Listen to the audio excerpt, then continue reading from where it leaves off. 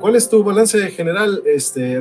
Para empezar, las encuestas no se equivocaron, tal cual lo predijeron, tal cual están ahí los resultados, ¿no?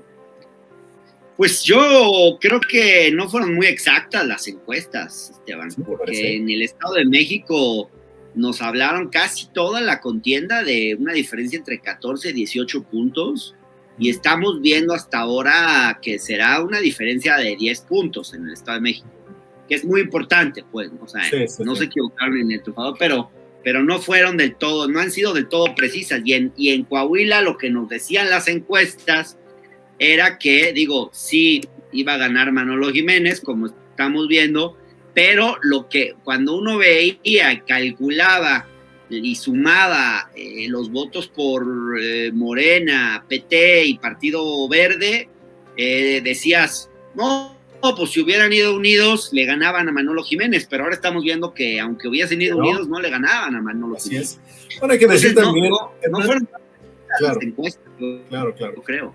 Aunque también podría argumentarse que debido a la desunión, a las broncas, a los dimes y diretes, pudo desentusiasmar a muchos morenistas, ¿no? Podría ser así, que quizá de no haber sido por las peleas hubieran sumado más a los votos opositores al PRI, ¿no? Sí, pues sí, no, eso seguro, o sea, seguramente si hubieran ido unidos con un buen candidato, porque a mí me parece que Guadiana no es un buen candidato, sí podrían haber ganado. Unidos y con un buen candidato, sí, o sea, no sé si ganaban, pero sí hubieran estado muy cerca de ganar, ¿no? Sí. ¿Tú cómo ves el diagnóstico? Alguna vez alguien me dijo allá en Coahuila, el problema es que a diferencia de otros estados me decían, en Coahuila no hay más que el PRI. O sea, me decían, tú puedes competir por otras siglas, pero al final todo es el PRI revolcado, ¿no? Sí, claro. O algún priista que se salió y se fue a otra sigla, ¿no? Exacto. Y no digamos 20 años o 30 años atrás, sino 6 meses antes, ¿no? Un año antes. Es muy cierto. Yo creo que estaría bueno tener la lista completa de estados del país donde la realidad es muy parecida a esa que estás describiendo en Coahuila. ¿En cuántos estados de la República realmente hay oposición, hay partidos fuertes? En muchos casos lo que se ve es que son franquicias, muchas veces que se compran y se venden. Claro. A veces creo que nos falta un análisis más fino de la política en el nivel subnacional, porque desconocemos mucho, yo creo, ¿no? Sí, es muy fácil acá desde el centro de la Ciudad de México, ¿no? Hablar como si estuviéramos hablando de aquí, hablar del resto de los estados, y hay algunos como allá en donde la clase política es así, ¿no? Y realmente todo es ahí una endogamia y uno de cambio de siglas, pero al final la gente que vive allá los identifica como el mismo grupo político. No, pero sí tienes razón en lo que dices, porque digo, si uno ve el Estado de México, pues sí hay mucha más complejidad, hay PRI, hay oposición. Morena ya gobernaba que 26 municipios, el PRI 48, o sea, la mitad del Estado de México ya era gobernado por Morena, y creo que en población incluso eran un poco más, porque eran estados con más población. Entonces Morena ya tenía una presencia fuerte en el Estado de México, el PAN gobernaba 19 municipios, entonces pues ha sido un proceso digamos, sacar al PRI del Estado de México, pero pues por suerte ya va el PRI. Yo creo que yo de chavito no pensaba que iba a haber la muerte del PRI, que el PRI, digamos, quedara reducido a esto. Sí, ellos siempre dijeron que su elección pasada era una demostración de que Morena no los podía sacar del Estado de México, ¿no? El hecho de que ellos ganaron las elecciones locales dentro del Estado de México en el 2021. Pero sí se dio, me parece, lo comentaba yo en una transmisión anterior, no sé tú cómo lo veas, Iván, Hernán, me parece que sí se dio lo que Alejandra del Moral todo el tiempo estuvo diciéndole al electorado: no piensen en esto como una elección PRI versus Morena, no piensen en esto en una elección del Mazo versus López Obrador, piénsenlo únicamente Alejandra del Moral versus Delfina Gómez. A menos que esté yo equivocado y realmente solo la compararan entre ellas, creo que el mensaje no transitó y de verdad esta era una elección viejo PRI versus Andrés Manuel López Obrador, y frente a eso el cambio era inminente. O sea, es el triunfo del obradorismo sobre el PRI más corrupto de todos, sobre el grupo Atlacomulco, sobre el PRI, sobre en uno de sus espacios, en uno de sus bastiones más importantes. Entonces, pues por más de que hayan sido 10 puntos que no fueron los que no fue, digamos, la diferencia que se esperaba, no deja de ser una victoria muy importante para Morena. Y además, fíjate, Esteban, cuando uno ve el avance de Morena en los estados, Morena se formó en 2014. En qué poquito tiempo se ha vuelto un partido hegemónico. Eso no lo habíamos visto nunca antes. Es una velocidad. ¿Cómo ha terminado, digamos, de imponerse sobre el PAN, PRI, PRD juntos? Es algo realmente, es apabullante. Claro. O sea, el PRI se va a quedar con Coahuila y creo que Durango, ¿no? Aunque es la alianza, pero creo que es un PRI. Sí, es un PRI. Y el único lugar en donde puede decir que casi fue solo es realmente ahí en Coahuila. ¿Qué elecciones ves para el 2024, Hernán, de estas elecciones? Digo, la primera que se me viene a la mente es, no te pelees de esa manera con tus aliados, ¿no? O no menosprecies su tamaño. Obviamente, no te pelees con tus aliados, pero también yo diría, hay que tener un plan B para que el que no gane no rompa. O sea, aquí el problema es que Ricardo Mejía rompió y eso pues sí generó un daño fuerte.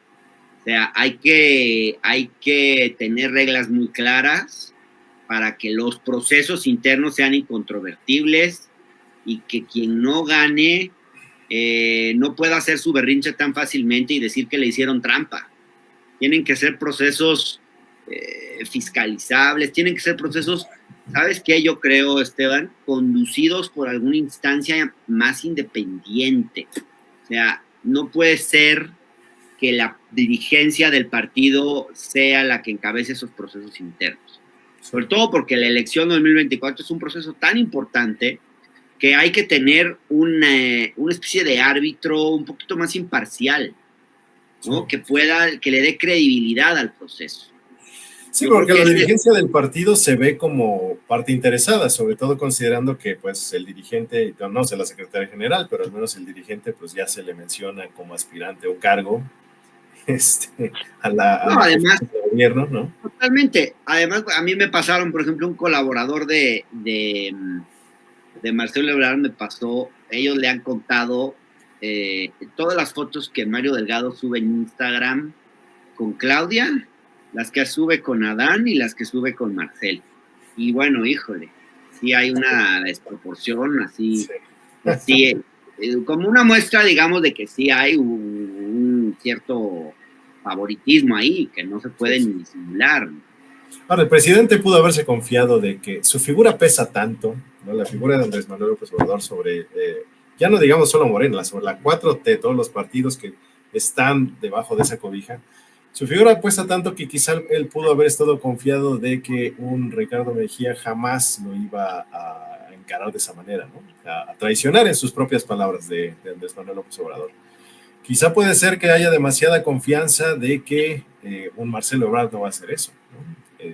Llegando el tiempo, si deciden que va Claudia, por ejemplo, o Adán, quizá de mucha confianza, ¿no? De que no va a pasar eso solo porque su peso es tan grande sobre el partido. Ya vimos que pues, Ricardo de Mejía le valió y se fue por su lado.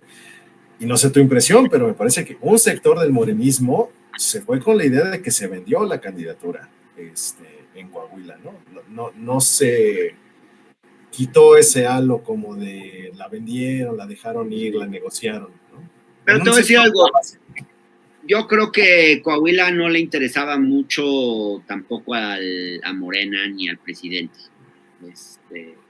No, yo no sé si hubo ahí un pacto, pero sí no tenía. Yo creo que no hubo mayor interés en Coahuila. Si se hubiera querido hacer una operación cicatriz, se podría haber hecho. Yo creo que si se hubiera querido negociar con Ricardo Mejía, algo se podría haber negociado. El presidente mismo tiene esa capacidad. ¿Cómo Claro. no la va a tener? Claro, ¿Cómo porque en el descargo presidente de no va a Mario tener? Delgado debemos decir, Hernán, no creo que tome ninguna decisión importante sin consultarla en Palacio Nacional. No, Mario consulta, yo creo que Mario Delgado consulta todas las decisiones importantes con el presidente. No, no todo lo consulta con el presidente, pero sí todo lo importante. Y en lo que el presidente se quiere meter, se mete. Y si el presidente hubiera querido sentar a la mesa a Ricardo Mejía y lo hubiera podido mediar fácilmente. Y si el presidente le pedía a Ricardo Mejía que no hiciera lo que hizo, yo estoy casi seguro de que Ricardo Mejía no se hubiera ido por esa ruta. Entonces yo creo que ahí hubo cierto desinterés.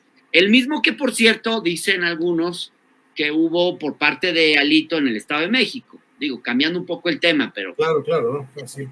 Como que sí de repente, a mí me cuesta creer en esto de los pactos, ¿no? De que hubo un pacto para... Pero de pronto sí hay algunos indicios de que, pues de que el PRI no dio tanta batalla en el Estado de México y de que la 4T no dio tanta batalla en Coahuila como podrían haber dado ambos. El PRI y el gobernador, ¿no? O sea, yo no sé si podemos considerarlo una entidad, pero la gobernadora. Y el gobernador, claro, no, ahí, y el gobernador. Ahí salió una vez una acusación de Horacio Duarte en una conferencia de prensa diciendo el vocero del Estado de México anda enviando esta información a periodistas y menos de 24 horas estaba afuera. Me parece que sí hubo mucho cuidado del gobernador, de no aparentar. Mucho, sí. Que no extrañe que veamos a Alfredo del Mazo pronto de embajador en algún lado, o en el gabinete de la próxima presidenta de México, o en algún puesto, o algo así.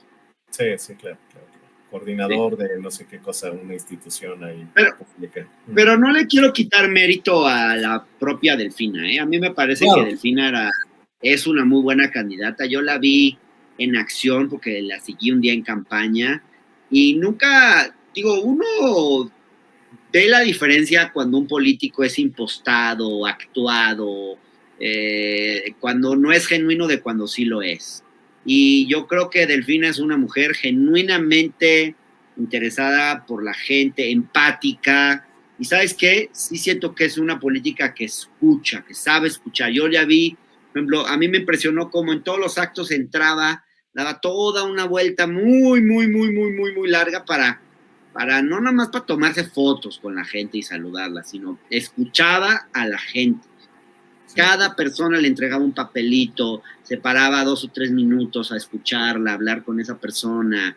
Un modelo de campaña interesante, ¿me explico? De escucha. O sea, Delfina no es buena hablando, no es la súper candidata articulada. Creo que se vio en los debates, ¿no? Es decir, ella sabemos, bueno, cuando se le escucha en uno a uno, cuando en espacios cerrados, tiene la confianza, esa fluidez, que para cualquiera de nosotros es complicado frente a una cámara, ¿no? O en un escenario. No necesariamente eso refleja ni inteligencia, ni sagacidad, ni nada, ¿no?